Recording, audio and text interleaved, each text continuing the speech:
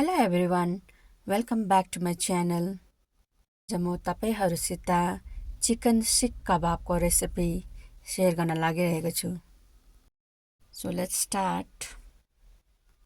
यहाँ मैले लिएको छु 300 grams किमा चिकन।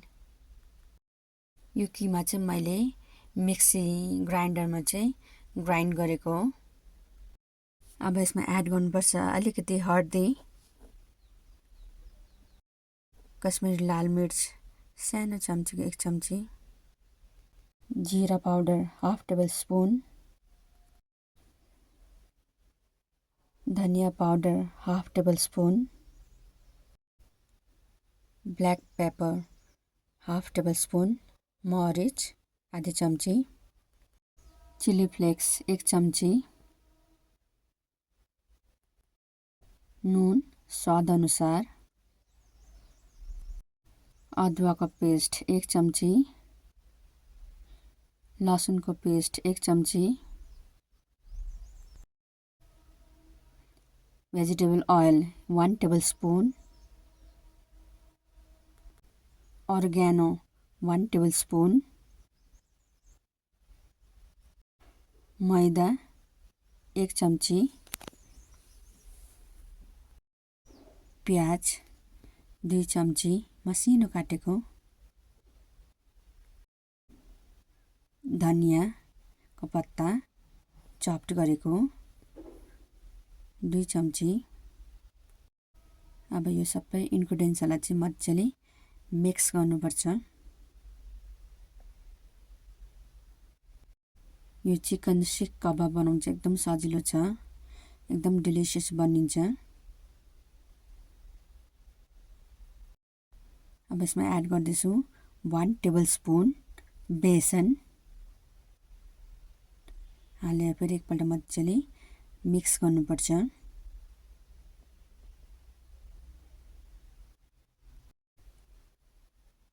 हेर्नुस् मज्जाले मिक्स भइसकेको छ। अब यसलाई चाहिँ 10-15 मिनेटको लागि यतिकै छोड दिनुपर्छ।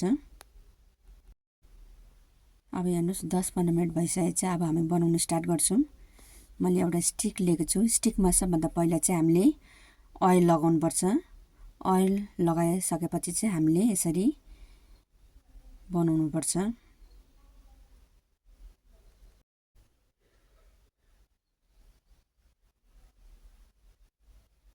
यसरी मज्जाले प्रेस गर्दै बनाउनु पर्छ।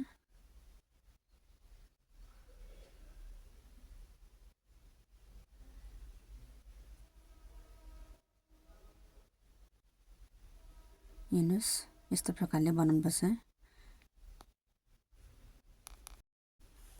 अब म यसरी नै अरु पनि बनाउँछु। यो चिकन सीख कबाब चाहिँ एकदमै मिठो हुन्छ। तपाईले नि यसरी नै बनाउनुहोस्। तपाईले स्न्याक्समा पनि खान सक्नुहुन्छ अथवा लन्च डिनरमा पनि खान सक्नुहुन्छ। बजारहरु भन्दा घरमै बनाएको चाहिँ एकदम हाइजेनिक पनि हुन्छ। अब मैले सबै बनाइसकेको छु। अब चाहिँ यसलाई फ्राई गर्नुपर्छ हामीले। सबभन्दा पहिला चाहिँ मैले प्यान ननस्टिक प्यान चाहिँ हिट गरिरहेको थिएँ। अब यसमा एड गर्दैछु ओइल।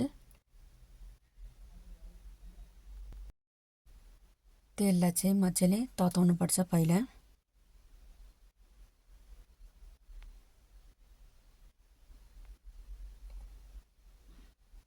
मज्जाले तातिसकेपछि चाहिँ हामीले एक-एकवटा गर्दै फ्राई गर्नुपर्छ। यसरी एक-एकवटा हाल्नुपर्छ। यसलाई हामीले फ्राई गर्दा चाहिँ एकदम लो फ्लेममा चाहिँ फ्राई गर्नुपर्छ। किनभने लो फ्लेममा चाहिँ मज्जाले पाक्छ। यसलाई चाहिँ हामीले चारैतिर पल्टाउँदै हामीले चाहिँ पकाउनुपर्छ र छिटो पनि पाक्छ। किनभने यो चिकन चाहिँ किमा गरेको हो।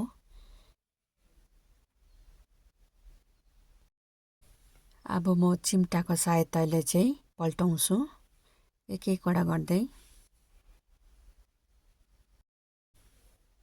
यसलाई चाहिँ हामीले चारैतिरबाट पकाउनु पर्छ।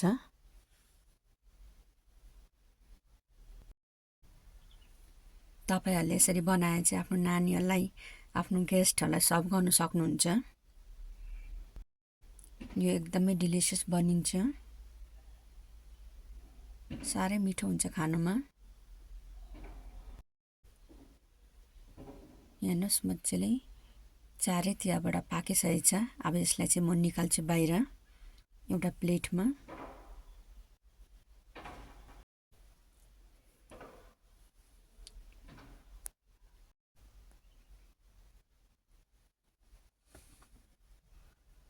हेर्नुहोस् कस्तो दामी भएको छ।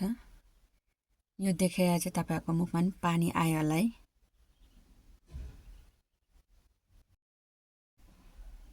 अब यसलाई चाहिँ एकछिन राखेर चाहिँ हामीले यो स्टिकलाई चाहिँ निकाल्नुपर्छ।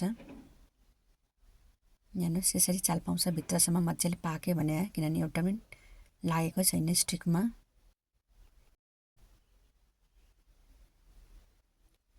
अब म यसरी नै अरू पनि फ्राई गर्छु। तपाईहरुले यसरी घरमा बनाए चाहिँ कम्ती बजेटमै तपाईले बनाएर खान सक्नुहुन्छ। बजारतिर यसलाई हामीले किनेर खायो भने चाहिँ एकदमै महँगो पर्छ। घरमा बनाएको एकदम हाइजेनिक पनि हुन्छ।